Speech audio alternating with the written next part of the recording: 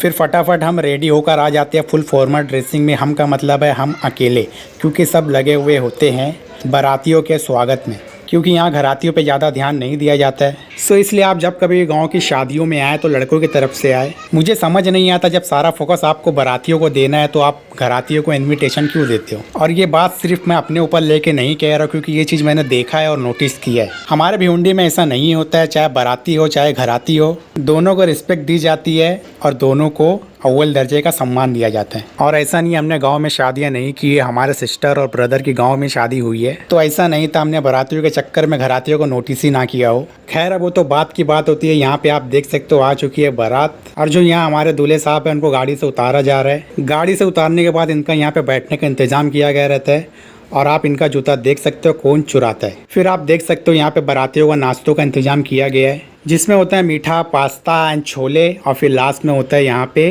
गोल गप्पे। उसके बाद घरातियों को खाना खिलाना शुरू कर दिया जाता है। आप खाने का आइटम यहाँ पे देख सकते हो, और यहाँ पे हमारे मौलवी साहब निकाह कबूल करवा रहे होते हैं। फिर निकाह कबूल होने के बाद ये भाई कुछ लाइनें पढ़ते हैं, और यहाँ पे ये भाई छुआरा के बजाय कट्टे बांट रहे होते हैं, जो हम ले तो लेते हैं लेकिन वीडियो के चक्कर में खा नहीं पाते। सबको खिलाने के बाद फिर यहाँ पे सब बैठ के खा रहे होते हैं, जिसमें से ये एक जन ऑफेंड हो जाते हैं, नाराज़ हो जाते हैं कि वीडियो क्यों बना रहे। अब इन चूते को कौन समझाए कि शादी ब्याह का वीडियो ना बनाए तो क्या मैयत का बनाए। खुले में हकते हुए इन्हें शर्म नहीं आती, और इन्हें कैमरे के सामने खाना खाने शर्म आ रही है। कौन है ये लोग, कहाँ से आते हैं? फिर हम जाते हैं कुछ पुराने साथियों के साथ, पीते हैं ठंडा और हो लेते हैं ठंडा। हम तो ठंडे हो जाते हैं और साथ ही साथ ये गाड़ी भी ठंडी हो जाती है, जो कि स्टार्ट नहीं हो रही होती है। फिर क्या, जिसकी बिल्ली उसी से मियाओ। स्टार्ट होने के बाद हम जाते हैं नहरें और खेतों की तरफ, जहां हम पोज मारते हैं।